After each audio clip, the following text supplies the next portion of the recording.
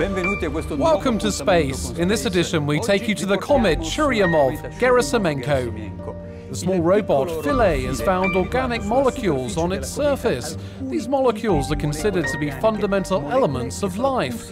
We'll have more on that in a moment. But first, let's get some other news from the universe.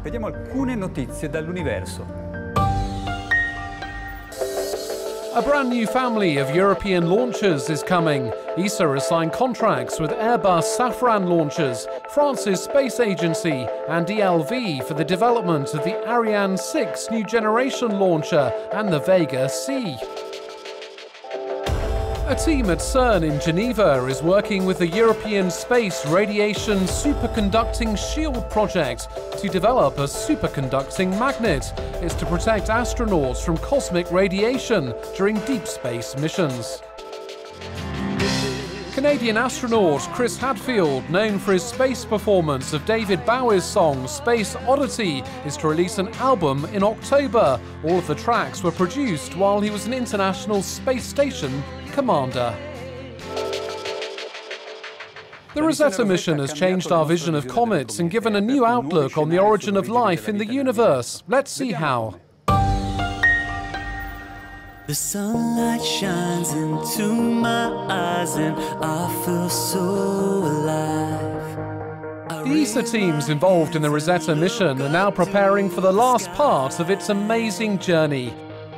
Comet Churyumov-Gerasimenko, or 67P, has recently reached the perihelion. That's the closest point to the Sun in its 6.5-year orbit. It's an important scientific step, as increasing solar energy warms the comet's frozen ices, turning them into gas and dust. To stay safe, Rosetta has been forced to move further from the comet. When the comet becomes more quiet, when there is less dust in the coma, this also means that the orbiter can go closer to the nucleus again, and this will enhance our chances to rebuild communications with the lander. The robot Philae, which landed on the comet 9 months ago, called Earth for the last time via its mothership Rosetta on the 9th of July. Of course, we dream of really re-establishing contact and receiving data, science data, from the surface again. For instance, images that would show us the difference in the terrain from November to now after perihelion.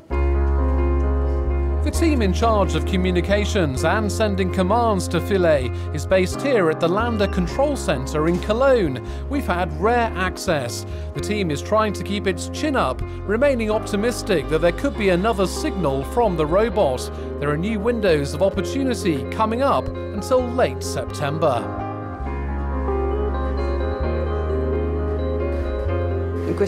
During these periods, which last around 1.5 to 2 hours, twice a day, we try to send commands to the lander to re-establish contact. If Philae is able to pick up a signal and fire in its instruments, it will be a last chance for the lander to conduct some important tests. Along with the scientific community, we have prepared a series of sequences to be carried out once contact is restored. We'll also attempt more complex sequences, like trying to drill, if that's possible. The Rosetta mission has been extended by 9 months until September next year. It's hoped this will further boost the enormous amount of data that's already been collected. But time is of the essence. In the coming months, the comet will move further from the Sun. Light will decrease, meaning Rosetta and Philae's batteries can't be recharged.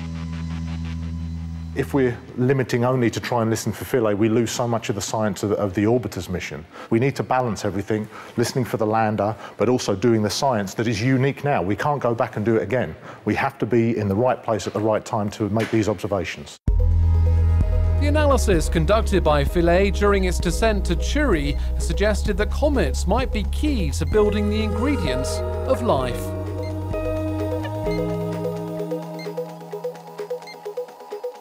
we found a variety of organic molecules, of organic chemistry, which now needs to be embedded in our theories of the formation of life.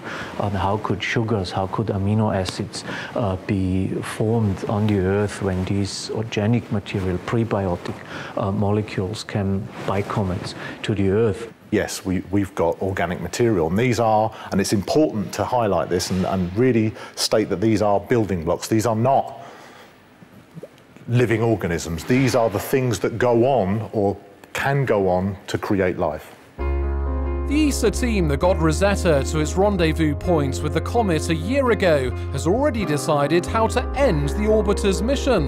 The mothership will somehow join its beloved lander.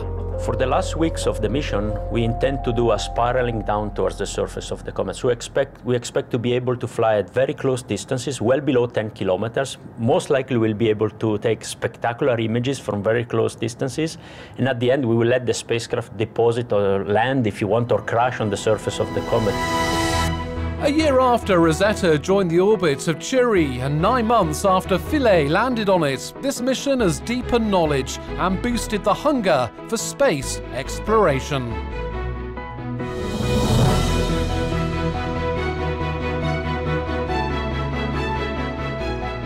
It's a very, very emotional aspect also to see the results of 20 years of work as they come to Earth by radio signal from the mother ship from Rosetta. For me, even though we've been there for this long, I'm still waiting for the end of the mission, because that for me is the whole point of why we're there, is to see this entire evolution. Rosetta has been one of the most fantastic space missions ever. From a scientific point of view, we've been exploring a world which was totally unexplored.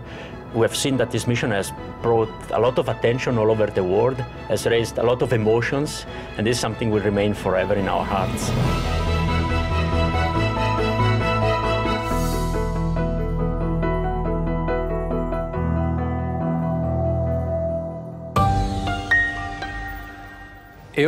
Time now for Astronauts Academy. This time we're looking at how space can affect the health of astronauts.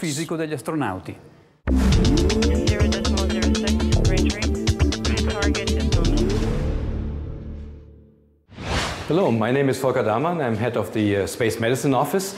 Just come in with me into the control room where we are monitoring the astronaut health. The immediate post-flight program takes roughly 21 days, 3 weeks. That is a very heavily scheduled time where medicine has the priority over everything else. Weightlessness looks very great and is fun, but of course there is no up and down. The heart muscle does not need to pump the blood upwards towards the brain. So like every muscle in our body, the heart muscle also degrades because it's not stressed that much anymore. You have to relearn again when you come back to Earth what you have reprogrammed your brain in weightlessness, and you have to reprogram it when you're coming back. That's all from this edition of Space. Next month we'll be looking at how satellites are being used in maritime surveillance and safety. Thanks for watching. See you then.